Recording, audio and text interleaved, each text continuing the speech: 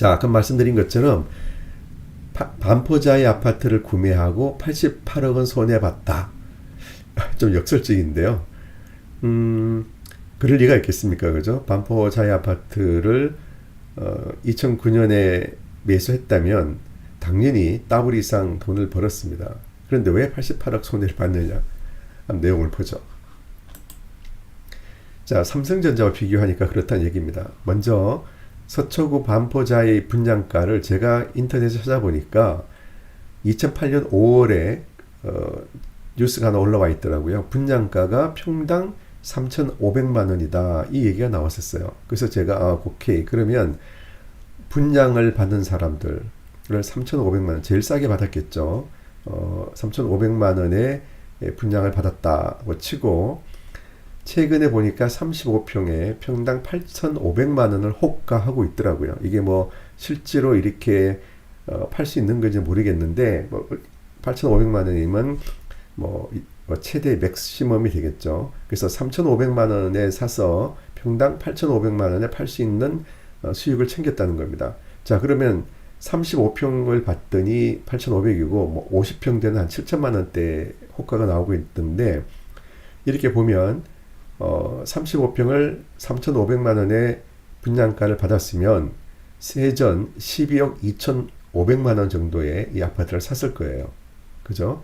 그런데 이걸 8,500만 원에 이제 팔게 되면 29억 7,500만 원으로 2.42배, 약 142% 정도 수익을 얻게 됩니다. 그래서 시세 차익이 17억 원 정도를 얻은 거죠. 상당한 거죠. 12억 투자해서 11년 만에 17억을 벌었으니까 우리가 부동산 불패란 얘기가 나올 만합니다. 뭐 돈 생기면 부동산 사는 게 베스트죠. 자, 그런데 여러분 혹시 그거 아시나요? 과거에 일산이라든가 분당에 신도시가 만들어지고 난 다음에 전국의 아파트 가격이 한번 크게 떨어진 적이 있습니다. 거의 뭐 반토막 가까이 떨어진 적이 있어요. 그렇죠. 그리고 또 노무현 대통령 시절에 돈 없으면 뭐 지방 가서 살아라 이런 얘기도 있었는데 그때도 토지 보상금이 서울 강남이나 서울에 몰리면서 아파트 가격이 급등을 했었죠. 지금 정부와 비슷합니다. 급등을 했다가 끝나고 이명박 정부 때 또 아파트 가격이 크게 떨어졌습니다. 한 30% 40% 가까이 아파트 가격이 떨어졌다. 조정을 받았다가 올라가는. 그러니까 결국 제가 말씀드리고자 하는 것은 아파트도 계속 올라갔던 건 아니다. 올라갈 때 올라가다가 또 조정을 받을 때는 3, 40%씩 조정을 받은 적이 여러 차례 있었습니다.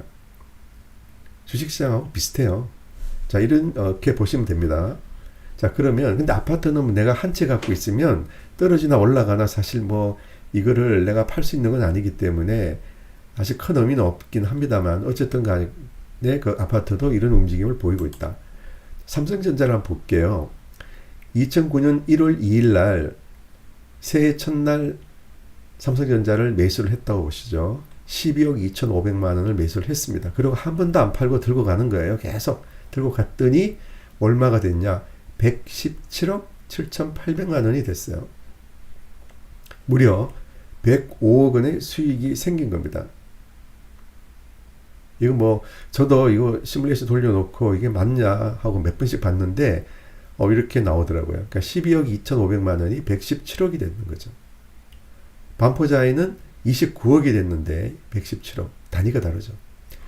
근데 삼성전자가 이렇게 올라가는데 그 중간에 어떤 일들이 몇 번 있었냐 하면은 MDD가 34.5%. 그러니까 내가 아주 운이 나쁠 경우에 12억 2,500만 원치 주식 삼성전자 딱 사자마자 떨어지기 시작했다고 가정하면 어떻게 됩니까? 엄청나게 손해보겠죠. 한 4억 이상의 원금이 날아가 버릴 수도 있다는 겁니다.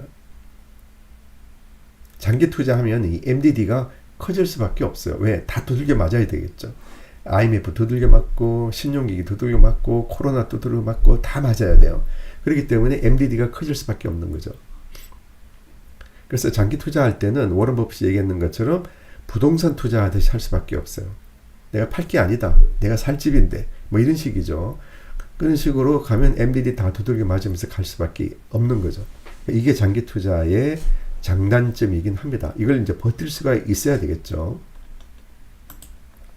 자, 이걸 도표로 보니까 투자 자금은 12억 2,500만 원이었고, 이게 2009년 1월 달에 삼성전자를 샀고, 반포자에는 2008년에 이제 가장 그 가격이 싼 시점인 분양가를 샀다고 가정하죠. 그렇게 했을 때 2021년 1월 달에 보니까 반포자의 아파트는 29억 7,500만 원, 삼성전자는 117억 7,800원이 돼 있더라 하는 겁니다. 그래서 이 반포자에도 돈을 벌었고 삼성전자도 돈을 벌었는데, 삼성전자 산 사람하고 반포자의 아파트 산 사람하고 딱 만나가지고 다방에서 야, 너 얼마 벌었어? 하고 딱 까보니까 88억을 삼성전자를 산 사람이 더 많이 번 거예요.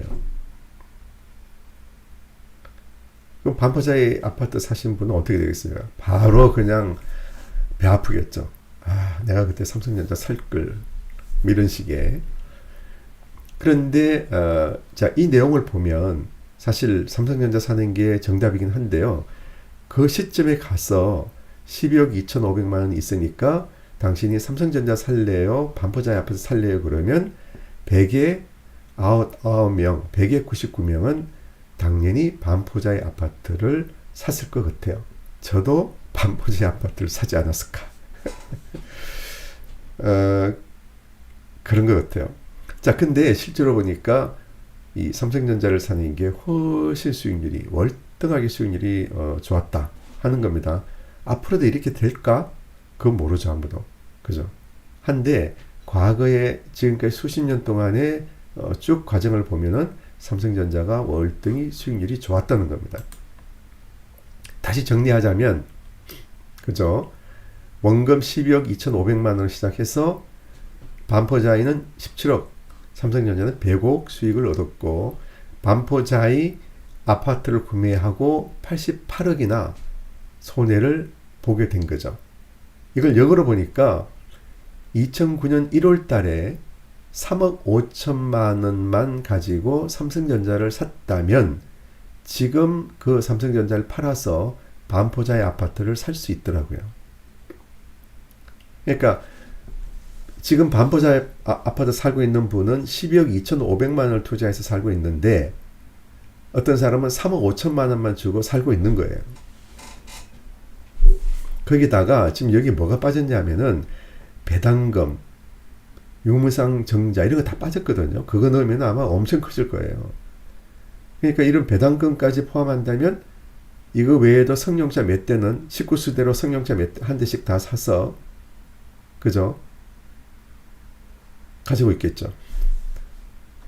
우리가 한번 이렇게 역발상으로 생각해 볼 필요는 있습니다. 자, 삼성전자의 롱텀 차트를 보시면 이렇게 역사적 저점과 고점에 떨어졌다가 올라감을 반복하면서 올라갑니다. 근데 결국은 이 우상향 곡선, 주가의 기울기가, 상승 기울기가 계속 올라가니까 내가 삼성전자를 운 나쁘게 고점에서 물리더라도, 여기 서서 이만큼 물리더라도 시간이 돈을 벌어주는, 여기서 사서 요거는 좋은 지점이고, 요런데 고점에 사서 물리더라도 시간이 지나면 결국은 돈을 벌어주는, 이제 그런 종목을 골라야 되겠죠. 여러분 시장에 가서 생선 한 마리 고르는데 아무거나 주세요 이렇게 할 수 없는 거잖아요. 이 싹 보고 상하지 않은 것들, 좀 좋은 물고기를 사야 되게, 물 좋은 거 사야 되지 않습니까? 그런데 물 나쁜 거 사면 손해 보잖아요. 썩어버리니까. 그런 노력은 필요해야 되는 거죠. 종목을 잘 골라야 되는 겁니다. 아, 빛나대님 원금 손해 보셨다고요? 아파트 사셔서? 예. 뭐 그럴 수 있죠. 아파트도 아까 말씀드린 것처럼 MDD가 40%까지 나오고 이러니까. 자, 삼성전자 그래서 보니까 머리 가격이 한 13만 원 정도까지 나올 수 있고, 어깨 가격이 11만 원 정도까지 나올 수 있더라. 좀 이거 시점에서 본다면 이렇게 볼 수 있는 겁니다. 자, 그래서 장기 투자 아이디어입니다. 장기 투자 하실 때 항상 어떤 생각을 하셔야 되냐 하면은, 어떤 주식이 수익을 낼 수 있느냐, 지속적으로 이 기업이 성장하고 있느냐. 이 주가 같으면 상승 기울기를 봐야 되겠죠. 그 기업이 계속 성장해야 돼요. 삼성전자가 지금 뭐 반도체도 하고 TV도 만들고 있고 또 모바일 폰도 만들고 있잖아요.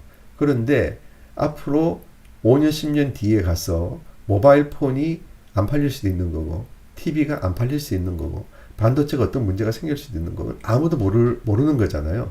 그러면 삼성전자는 또 어떤 일을 할까요? 삼성바이오로직스가 잘 나가면 삼성바이오로직스를 M&A 해가지고 과거에 삼성 반도체 통신에 별도로 있던 기업을 삼성전자에 M&A 했듯이 삼바를 M&A 시켜버릴 수도 있는 거잖아요. 그러면서 어쨌든 간에 삼성전자는 갖고 있는 유보금을 가지고 계속해서 M&A를 하면서 지금 반도체 만든다고 10년 뒤에 100년 뒤에 반도체 하지는 않을지도 몰라요. 뭘 하든 간에 계속해서 M&A를 통해 가지고 기업은 성장할 거라고요. 자, 그래서 이 장기 투자는 그런 관점에서 이제 기업을 봐야 되는 거죠. 다만 여기 있는 것처럼 5년, 10년 주기로 불마켓, 베어마켓이 반복되기 때문에 MDD는 상당히 커질 수밖에 없다 하는 겁니다. 그래서 이제 이렇게 EPS가 꾹 증가하면서 주가도 증가하고 있는 거죠. 다만 중간에 올랐다 내렸다를 반복을 하는데 내가 고점에 사더라도 이게 성장 기울기 때문에 항상 그게 내가 저점이 되어서 돈을 벌게 되더라 하는 건데, 다만 그 과정에서 이게 왔다 갔다 하니까 저점에 사서 고점에 파는 것을 반복한다면 훨씬 더 수익을 얻을 수 있죠. 아까 말씀드린 것처럼 117억이 아니라 130억, 150억 이렇게 벌 수도 있겠죠. 그죠? 그러면 이게 저점인지 고점인지 어떻게 아느냐? 바로 뉴지스탁에서 제공하는 이 롱텀 차트를 활용을 하시면 되겠습니다. 반면에 단기 투자 아이디어 같은 경우에는 중장기 투자보다도 보다 안정적인 수익 곡선을 유지할 수 있습니다. 그러니까 단기 투자 좋은 이 투자 알고리즘을 갖고 계시면 MDD가 30, 40이 아니라 뭐 15에서 10 요 정도의 MDD를 가지고 주가를 투자를 할 수 있다는 거죠. 그래 다만 이 MDD가 낮게 하려면 이제 자전 매매가 필요하게 되는데, 그러려고 하다 보니까 어떻게 됩니까? 시장이 움직이는 원리를 잘 알아야 돼요. 이제는 뭐 종목이 아니라 시장의 원리, 그죠? 수급의 원리 이런 걸 좀 알아야 되겠고, 또 분산 투자 좀 해야 되겠고, 리스크 관리를 철저하게 해야 되겠죠. 할 일이 좀 많아요. 그리고 관리 비용도 많습니다. 잦은 매매를 해야 되거든요. 사타 팔았다를 많이 해야 되니까 아무래도 내가 시간을 많이 투입을 해야 되겠고, 또 팔 때 어떤 일이 생길까요? 손해보고도 팔아야 되는 문제가 생기고, 또 이익이 났는데도 더 이익이 날 수 있는 종목을 또 팔아야 되긴 합니다. 왜냐면 철저하게 룰에 의해서 사고 팔아야 되니까. 그리고 자신만의 투자 아이디어가 없으면 단기 매매하면 망하는 지름길이 되는 거고, 또 성공 투자 아이디어가 있다 하더라도 그걸 실행하기가 힘들기 때문에 장기적으로 지속하기가 어렵다는 거죠. 그래서 단기 투자는 사람이 하기가 어렵다. 결국은 뭘 해야 되느냐? 기술적인 매매를 기계적으로 해야 된다는 거죠. 자, 그래서 한번 내용을 보겠습니다. 이 전략은 좀 장기 투자 전략이에요. 사서 계속 들고 가는 전략인데, 어떠한 특별한 조건이 되면 한번 빠져나왔다가 다시 재진입하는 그런 전략입니다. 그래서 평균 보유일이 34일 정도 되는 거죠. 34일 정도 되는데, 이 전략에 보니까 수익이 날고 파는 것은 평균 한 50% 정도 생겼고, 손실 나고 팔 때가 마이너스 5%입니다. 이런 현상이 생기는 거죠. 한마디로 얘기하면은 잘 안 판다는 얘기예요. 그러니까 지금 들고 있는 종목들이 마이너스가 뭐 10% 돼 있는 종목도 있겠죠. 그죠?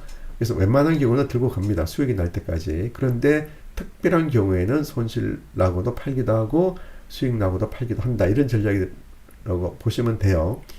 그런데 손익비가 12까지 나오고 있고, 샤프 레이쇼가 6.2까지 나오고 있는데, 뭐 아주 기간이 길지 않아서 그렇긴 합니다. 자, 이 전략은 뭐 실전 매매 전략이고요. 여러분들도 그 젠포트에 있는 젠마켓에 가면 이런 내용들은 결과는 볼 수가 있으니까 저도 거기서 하나 찾아낸 건데 깜짝 놀랐어요. 하여튼 손익비가 12가 나오는 건 저는 본 적이 없어요.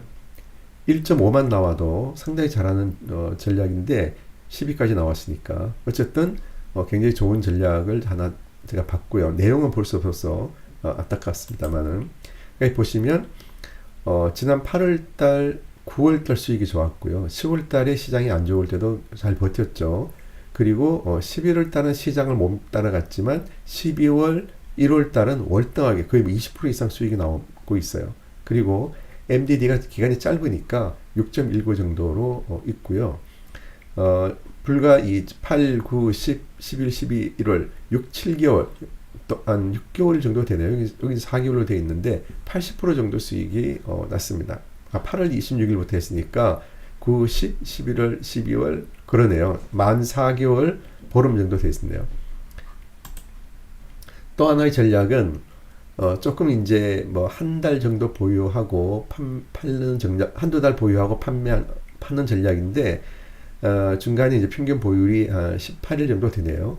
요거는 수익 나고 파는 게 10%, 손실 나고 파는 게 5% 정도, 그리고 손익비가 3.75, 이것도 상당히 높은 편입니다. 샤프 레이쇼가 4.34, 그리고 매매 성공률도 65대 35로 양호하죠. 이 전략은 4월 17일부터 시작해서 1월 15일까지 실전 매매하는 전략인데 보시면 4월 달에는 뭐 중간에 들어갔어요. 5월 달에 수익 괜찮았고 6월 달에 거꾸로 수익이 나빴고 7월, 8월 다 괜찮았죠. 9월은 거의 똔똔이고 10월 달은 상당히 좋았고 11월, 12월, 1월, 12월, 1월 달이 너무 좋죠. 자, 최근에 이런 종목 좀 장기적으로 들고 가는 거로 봐서는 이 전략은 분명히 아마도 성장성을 따진 펀더멘탈이나 성장성을 따진 전략이라고 그렇게 보여집니다. 그러니까 최근에 보면은 이런 기업의 최근 실적이 좋은 기업들 그런 종목들이 주가가 크게 움직이고 있다. 그러니까 실적 시즌이 있다. 그런 종목을 들고 갔더니 크게 올라가더라. 오늘 사고 내일 파는 거 전략보다는 들고 버티니까 많이 올라가더라. 실적 시즌이니까 아무래도 연말에 그렇지 않을까 생각이 들어갑니다. 자, 또 하나의 전략은 이제 단기 매매죠. 오늘 샀다 내일 파는 이런 단기 매매 전략인 것 같아요. 보유율이 하루 정도 나오니까. 자, 이런 단기 매매 전략들은 주로 승률로 돈을 법니다. 자, 수익도 6.4%, 손실도 5.8%, 크게 여기서 이익 나는 건 없는데 손익비가 1.7 상당히 좋죠. 그러면서 매매 성공률 6대 4로 수익과 손실은 조금 수익이 조금 있는데 승률이 높으니까 이걸 빠른 매매, 잦은 매매를 통해서 이익을 쌓아가는 구조로 되어 있는 거죠. 그래서 수익률이 이렇게 나오는 거죠. 그런데 12월 달은 안 좋았죠. 12월 달. 12월 달이 사실 단기 매매 전략에서 굉장히 어려웠습니다. 아무래도 양도세 문제 때문에 이제 주식을 팔는 그런 그때 좀 나오기 때문에 그럴 수도 있고요. 반면에 뭐 7월, 8월, 9월 달 아주 좋았고 11월 달까지 좋았어요. 12월 달 좀 안 좋았고 1월 달은 견조하게 이렇게 가는 모습을 보여주고 있습니다. 이 전략 상당히 괜찮죠. MBD가 8.3이고 누적 수익률도 87% 좋은 수익률이 나옵니다. 자, 이렇게 제가 수익률이 좀 최근에 잘 나오는 몇몇 종목들을 보여드렸는데 장기 매매 그리고 중장기 매매, 단기 매매 따라서 최근에 이 주가의 어떤 수익률이 좀 다르죠. 단기 매매는 최근에 좀 수익률이 떨어진 반면에 중장 어떤 이 실적 위주의 종목을 픽업을 하는 그런 종목들은 보니까 최근에 수익률이 상당히 좋았다 하는 것을 알 수 있습니다. 자, 이 달팽이 4마리가 이렇게 사각에 울타리에 4마리가 꼭지점이 있을 때 서로 뒤에 있는 꼬리를 보고 움직인다면 앞에서 보신 것처럼 그렇게 움직이게 되겠죠. 이렇게 계속 뺑뺑 돌겠죠. 그죠? 울타리가 있으니까. 울타리를 치우면 어떻게 될까요? 울타리가 없다면. 그래도 계속 이 뺑뺑 돌까요? 이렇게 사각형 과거 울타리지가 있다고 보고 한번 보겠습니다. 이렇게 됩니다. 안으로 점점 들어가죠. 예. 예. 달팽이가 움직이니까 움직이는 방향을 보고 가다 보니까 점점 안으로 들어가게 돼서 결국 한 점에서 만나죠. 자, 이런 기술이라는 게 과거의 클라우드, AI, 뭐 어떤 다른 기술들이 별도로 놀았죠. 예, 별도로 놀았습니다. 그러다가 이게 점점 기술이 발전되면서 한 점으로 만나기 시작합니다. 그래서 주식시장에도 이제 클라우드가 많이 도입이 되고 있고, 이제 주식시장에도 AI가 도입이 시작되기 시작하고, 또 플랫폼이라는 개념이 또 주식시장에도 도입되기 시작하는 거죠. 다 이런 것들이 옛날에 주식시장하고 무관한 그런 어떤 기술들이었는데, 이제 점점 우리 시장에도 이런 클라우드, AI, 또 플랫폼 이런 기반의 기술들이 들어오기 시작합니다. 자, 그리고 집단지성이죠. 나 혼자는 이제 할 수 없는 세상이 된 거죠. 여러 사람의 의견들이 모여서 조금씩 점진적인 성장을 굉장히 빨리 하다 보니까 빠른 속도로 성장하는 그런 모습을 보여줍니다. 과거는 그러지 않았죠. 과거는 뭐 아인슈타인 같은 사람이 100년에 한 번씩 툭 나오면 비약적인 어떤 발전을 하고 또 점진적인 발전을 오랫동안 하다가 또 새로운 비약적인 발전을 하고 그러다 보니까 1차 산업, 2차 산업 이런 얘기를 하는 거고 지금은 뭐 자고 일어나면 기술혁신이 일어나는 시대다 보니까 뭐 어느 누가 갑자기 툭 튀 나오는 그런 어떤 이 스타가 나오기 쉽지 않아요. 대신에 굉장히 빠른 점진적인 속도, 점진적인 혁신인데 속도가 굉장히 빨라지는 거죠. 그러다 보니까 과거의 어떤 구조적인 혁신의 어떤 변화보다도 훨씬 빠르게 변화될 수 있는 그런 집단지성의 시대다. 그러다 보니까 이제 집단지성의 시대는 메이커, 잘 뭐를 만드는 사람들이 소수가 있고 그거를 구매하는 사람들이 있고 이런 식의 구성이 된다는 겁니다. 자, 그래서 이제 로봇이 나타나기 시작하는 거죠. 이 로봇이 하는 역할이 뭐냐? 종목을 분석도 해줍니다. 그죠? 골드만삭스 같은 경우에는 이런 종목 분석을 아주 잘해줘서 트레이딩 센터에 있는 트레이더들 한 300명이 결국 필요 없어져서 다 나가고 기계가 지금 종목 분석을 해주고 있지 않습니까? 이제 그런 일들이 생기게 하고 있다는 거고 또 종목 추천도 해주기 시작합니다.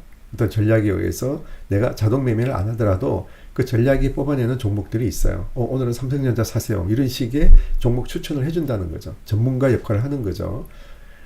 그 다음에 자동 매매까지 연결되는 겁니다. 이렇게까지 종목 분석, 추천, 자동 매매까지 완벽하게 일관되게 처리해주는 나만의 투자 로봇을 가질 수 있는 그런 기술이 우리 주식시장에 들어오면서 나도 이제 로봇을 제조할 수 있는 그런 이 사람이 될 수 있다는 겁니다. 내만의 로봇을 내가 만들 수 있는 시대가 된 거죠. 그래서 젠포터는 결국 포트폴리오를 만드는 그런 플랫폼입니다. 포트폴리오를 만들 수 있는 플랫폼이고 그 다음에 우리가 자율주행 자동차처럼 알아서 가는 것처럼 포트폴리오가 자율주행, 자동 매매 그렇게 하는 시대가 된 거죠.